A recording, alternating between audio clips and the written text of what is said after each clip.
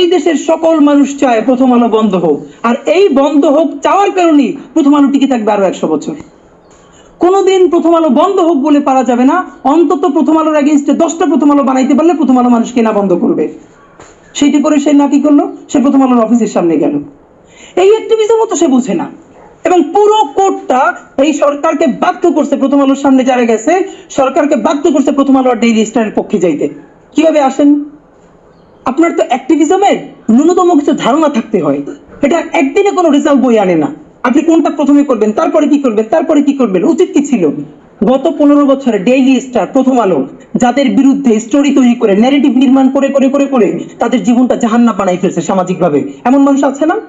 তারা আগে 10 জন একত্রিত হবে, একত্রিত হয়ে এই যে এখানে অথবা প্রেস ক্লাবে সমস্ত রিপোর্ট গুলোকে, সেই ফিচার গুলোকে সামনে নিয়ে একটা প্রেস ব্রিফিং করবে। This is the intro. আচ্ছা, এরপরে হচ্ছে না, এরপরে তারা সকল ডকুমেন্টেশন নিয়ে প্রেস ইনস্টিটিউটে যাবে একদিন তাদের বিরুদ্ধে মামলা করার জন্য। মামলা হবে না, তারা যাবে, আবার প্রেস মিট করবে। এরপরে তারা আদালতে যাবে যে আমাদের জীবন কিভাবে ধ্বংস করে দিছে, আমরা এর প্রতিকার চাই। এরপরে হবে না, এরপর বলবে আসেন প্রেস, আমরা ওখানে গেছি ওখানে গেছি ওখানে গেছি, কেউ সহায়তা করে না, এবার আসেন শাহবাগে দাঁড়াই। আপনি কারওয়ান বাজারে দাঁড়াবেন কেন? আচ্ছা গেছেন, ভালো কথা, কারওয়ান বাজারে দাঁড়াইতে আপনাকে ইন্টারন্যাশনালি জঙ্গি বানাইতেছে, আপনার একটা ইংলিশ প্ল্যাকার্ড নাই কেন ভাই? আপনি ডেইলি স্টারের সামনে দাঁড়াইছেন, কি বিপ্লবটা করছেন? ডেইলি স্টারের সাইনবোর্ডটা সরাইয়া দিয়ে দিচ্ছেন দিল্লি স্টার। তো এখন কি দিল্লি স্টারের সেই সাইনবোর্ড আছে? আপনার তো মাইরে তামা দাওয়া বানাই ফেলছে, আপনি কোন ছাতাটা করতে পারেন নাই।